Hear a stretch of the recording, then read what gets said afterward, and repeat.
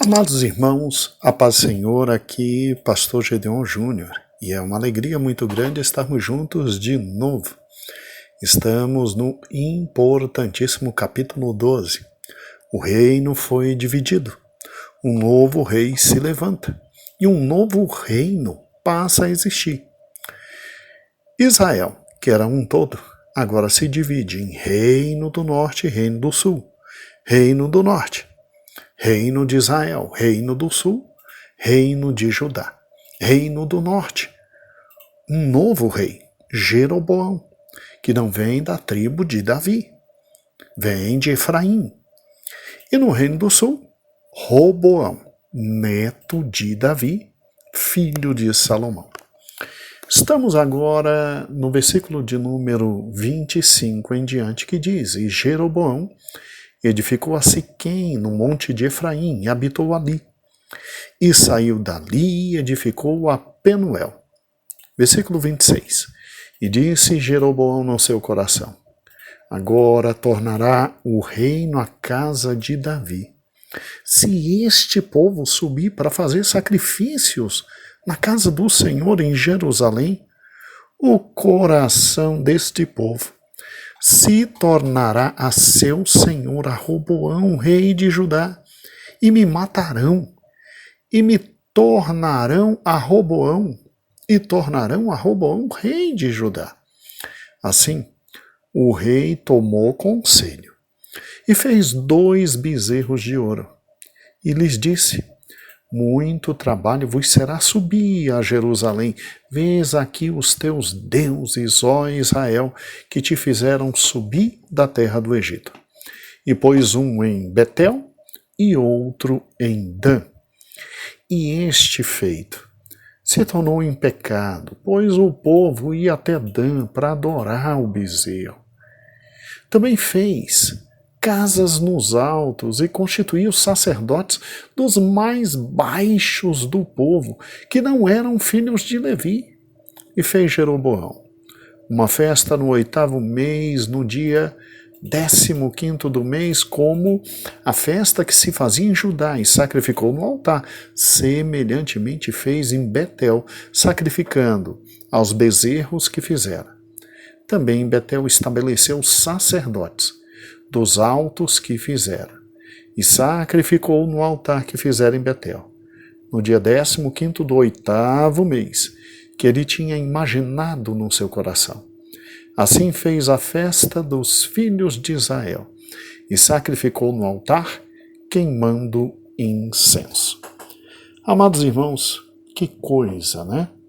O menino tinha tudo para dar certo, mas nós vemos que este novo rei cai num antigo pecado que reis anteriores caíram, principalmente o grande Salomão.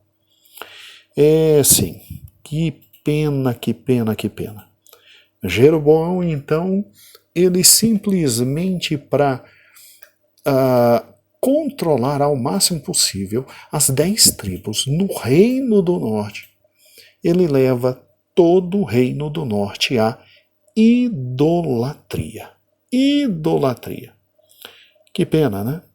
Que pena que ele não creu nas promessas de Deus, que Deus tinha feito para ele por intermédio do profeta Aías, dizendo: olha, anda nos meus caminhos, que eu simplesmente farei de você e da sua casa o que eu fiz com Davi e a casa dele. Bem, todos nós sabemos que a vida se reparte em crer ou não na palavra de Deus. E à luz do que acabamos de ler em 1º livro de Reis, capítulo 12, Jeroboão não creu nas promessas de Deus. E uma vida de sucesso, irmãos, depende absolutamente da nossa obediência à vontade de Deus. E a obediência é produto da fé que nós temos nas promessas do Senhor. Mas Jeroboão nem creu nas promessas que o Senhor fez e muito menos obedeceu à vontade do Senhor. Falhou em ambos. Quando o profeta Aías, se você se recorda, ele transmitiu a Jeroboão a mensagem de Deus, foi garantida a Jeroboão o trono do reino de Israel. E quem estava fazendo aquilo era o próprio Deus, em punição à vida horrível que Salomão resolveu levar. Não obstante toda a prosperidade econômica, todo o reino fantástico, tudo aquilo que de lindo havia ali, mas Deus rejeitou profundamente, espiritualmente, a vida de Salomão. E só não o fez amargar a vergonha que seu filho Roboão teve que amargar na divisão do reino por causa de Davi. Gente, o profeta tinha deixado claro que a divisão política simplesmente não dava espaço ao afastamento religioso. O profeta tinha dito de forma muito clara: você tem que servir a Deus, você tem que ter a Torá do seu lado, você tem que andar nos caminhos que Deus determinou. Isso significa que estava havendo divisão política, mas de maneira alguma se admitiu o afastamento religioso. Deus teria dado a Jeroboão e a sua descendência todo um grande reino, como deu a Davi e a sua descendência. Mas ele tinha que simplesmente não abrir mão da aliança eterna com Deus, como Davi o fez. Bem, infelizmente, Jeroboão, ele não obedece. E quando você lê o texto aqui, vê-se de forma muito clara que Jeroboão não obedeceu porque não foi capaz de crer. Sim, ele simplesmente não foi capaz de crer. Tá, mas pastor, por que ele não foi capaz de crer? Por causa do medo. O texto é muito claro, irmãos, quando ele simplesmente fala em seu coração, versículo 27, olha, em seu coração ele disse: esse povo vai tornar a servir Roboão. E esse povo vai, ao descer nas festas que tem lá e que a lei determinou, esse povo simplesmente vai descer, vai ver Jerusalém, vai ver a grandeza de Roboão, e deu bobeira, Roboão vai tratar bem. E sabe de uma coisa? Vão fazer comigo o que fizeram com o filho de Saul. Vão acabar me matando, meu amigo. Eu conheço a história de Israel. Mataram o filho de Saul, Isbosete, para que Davi reinasse. Vão me matar. E vai voltar a reinar a descendência de Davi. Engraçado, né? Talvez ele tenha tido medo, porque se lembrara do que aconteceu com o filho de Saul, e ele não se lembrara de algo interessante, que a história inteira de Israel era uma história da providência de Deus, dos milagres de Deus, da graça de Deus, da misericórdia de Deus, que seria também na vida dele. A ideia é extremamente simples. Ele tinha medo. Ele tinha medo. E a gente sabe que uma das primeiras evidências de incredulidade é literalmente o medo. A gente tira os olhos do Senhor, começa a olhar para as circunstâncias e simplesmente o medo toma e adeus. A gente tem que se lembrar, irmãos, que medo e fé não combinam, mas não combinam. O nosso coração ter medo, sim, isso ocorre. Mas a gente ataca o medo com a fé. A gente diz, assim diz o Senhor. Roboão ele tinha que entender o seguinte: olha, a própria lei de Deus diz que esse povo tem que descer a Jerusalém. Agora, o mesmo Deus que diz que eles têm que servir a ele em Jerusalém nas grandes festas, foi o mesmo Deus que olhou para mim e disse: eu te coloquei como simplesmente Senhor de Israel, Rei de Israel, então ele vai prover para que eu continue rei em Israel, independente desse povo descer para as festas ou não. Ele tinha que simplesmente crer na palavra de Deus, porque era o mesmo Deus que tinha determinado que o povo descesse às festas em Jerusalém, era o mesmo que o tinha feito o rei e tinha prometido: anda na minha presença, anda na minha presença.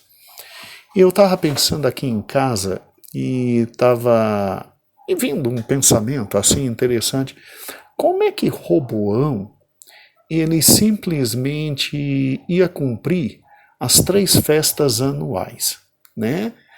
Eu estava pensando, o que poderia acontecer, né? Era o auge da fé, porque o próprio Roboão teria que descer a Jerusalém para engrandecer ao Senhor. E aí, olha a confiança que esse homem ia ter que ter. Ele ia se encontrar com seu adversário, Roboão. E ele teria que crer em Deus que nada ocorreria com a vida dele, porque o Senhor falou. Gente, já pensou nisso? Mas é óbvio, ele tem um medo tomando o coração dele e ele toma uma atitude extremamente simples e rápida. Ele faz 2 bezerros de ouro, um bezerro aqui no sul, em Betel, outro lá no norte, lá em Dan. Meu Deus, pastor, sério.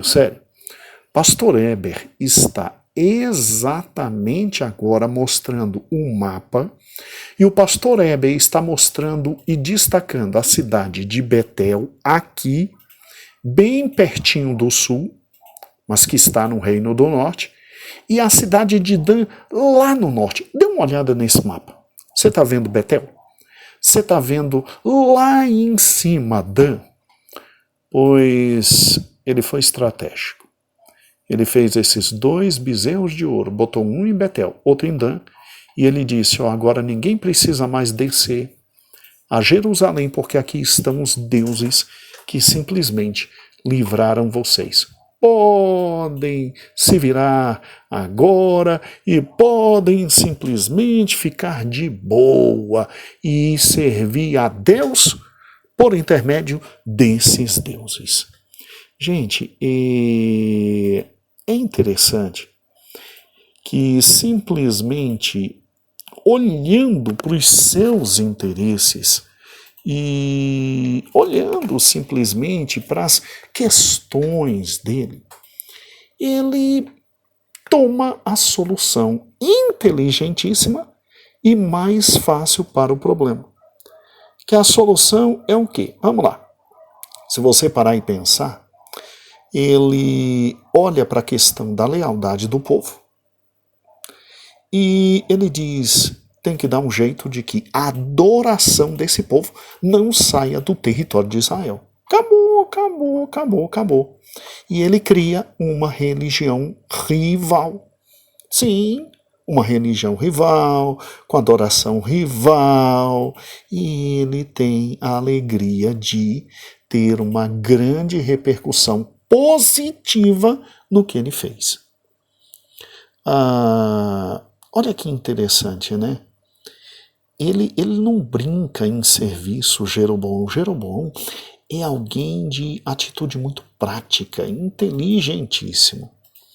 E aí é óbvio que para ele conseguir isso, ele vai simplesmente expulsar todos os que eram levitas, todos os que moravam nas cidades destinadas às cidades dos levitas.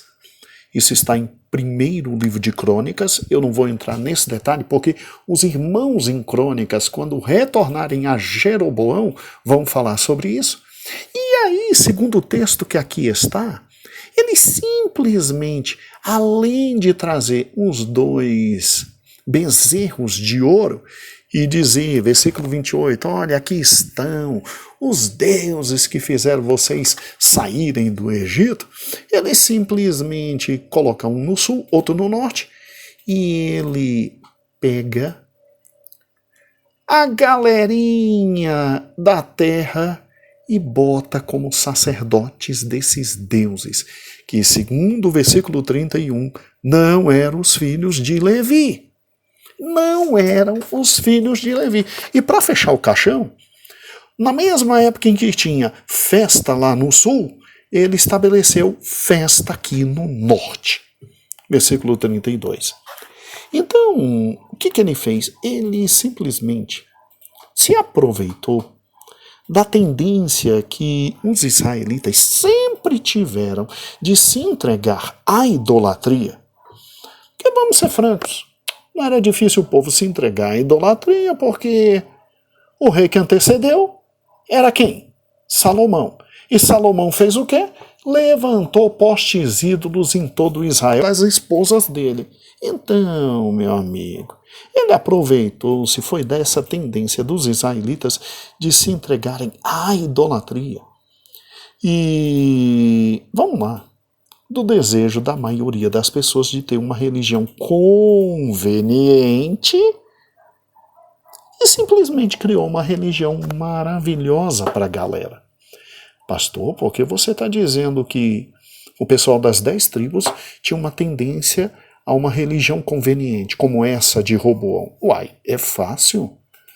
Meu amigo, Roboão se tornou rei. Quando ele simplesmente traz estes ídolos e coloca um em Dan e outro lá embaixo, lá em Betel, e ele manda embora todos os levitas e coloca como sacerdotes gente que vai produzir aquela religião que ele quer que produza. Você acha que o povo inteiro das 10 tribos do norte desceu para vir para o sul para servir a Deus de forma correta, no único local onde tinha que servir-se, que se tinha que servir a Deus? Você acha que o povo veio? Veio nada, ficou lá em cima, aproveitou que a vida ficou boa, aproveitou que não precisava descer a Jerusalém, aproveitou que podia adorar ídolos, aproveitou que o rei estava do lado deles e aproveitou que esta nova religião que Jeroboão estava trazendo trazia coisa tão interessante, trazia rituais sexuais, rituais baixos, rituais malignos que eram atrativos, né? Eram muito atrativos. Então, vamos ser francos, Jeroboão era tudo que as 10 tribos do norte estavam esperando, né? Estava esperando. E aí é óbvio que Jeroboão traz para eles o que na verdade sempre foi eu diria assim, um problema para Israel, mas que Israel gostava desse tipo de problema, que eram estas religiões pagãs e malignas dos cananeus. Sim, se você parar e pensar, os bezerros de ouro e os bezerros lá no Egito, grande influência, né? Jeroboão desce e se esconde de Salomão no Egito, e quando volta, ele simplesmente aproveita e se utiliza dos deuses que no Egito existem, esses bezerros. Você se lembra que é uma tendência do povo de Israel servir a ídolos, tanto é que quando Moisés fica por mais de 40 dias lá recebendo a lei, recebendo tudo, eles fizeram foi um bezerro de ouro, entendeu? Então havia assim aquela velha história, né? É a fome com a vontade de comer, a fome com vontade de comer. Ai, que maravilha, agora nós temos o quê? Aqui perto de casa, o templo, e nós temos perto de casa o Deus para servir, e esse Deus permite tudo. Uau, que maravilha! Então trouxe de volta todo aquele ritual de fertilidade, todo aquele ritual de sexualidade, é tudo que o povo estava querendo naquela época. E aí simplesmente Jeroboão consegue simplesmente das 10 tribos, uma adesão maravilhosa, que não precisavam mais descer, tinha um Deus que dava para ver direitinho, tinha os postes ídolos, e que maravilha, né?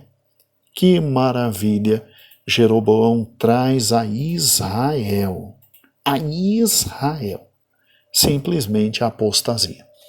Então, se você parar e pensar, uma nova religião, que de nova não tem nada, é uma religião muito mais antiga e maravilhosa, e que não faz a gente perder muito tempo, e a gente tem as mesmas festas que o pessoal do sul tem, e a gente está vivendo bem, e se livrou dos impostos, agora está maravilhoso com o nosso novo rei Jeroboão. Então, vamos lá. Jeroboão é muito inteligente.